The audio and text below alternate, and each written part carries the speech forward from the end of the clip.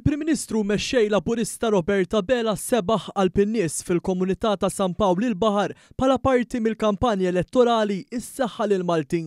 Hawnhekk huwa ltaqgħu tkellem mat nies li nġabru quddiem il-Knisja Parrokjali ta' Duluri fosthom pensjonanti li ringrazzjaw lill-Gvern taż-Żitiet li ta' kull sena qed jagħtihom fil-pensjonijiet. Il-Prim Ministru żar ukoll is-soċjetà mużikali ta' din il-lokalità fejn hawnhekk iltaqa' mal-membri tal-għaqda fil-preżenza anke tal-Kappillan Patri Joseph Mamo. Iż-żjara mbagħad komplet għand in-negozji fl-inħawi tal-Qawra u Buġibba fejn Dr. Bela tkellem mas-sidien u ma' dawk li kienu qed jieħdu xi kafè jew jagħmlu x-xirja ta' kuljum. Il-Prim Ministru żar ukoll proġetti li saru jew qed isiru bħalissa f'din il-lokalità.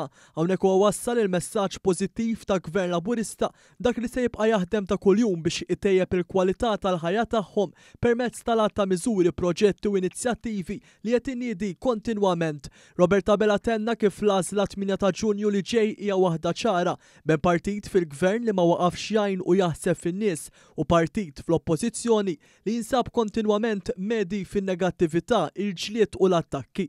Preżenti għal din iż-żjara kien hemm ukoll numru ta' ministri u deputati Laburisti, is-Sindku ta' San Pawl il-Baħar Alfred Grima, membri tal-Kunsill u kandidati Laburisti għall-elezzjonijiet ta' bħallum xahar.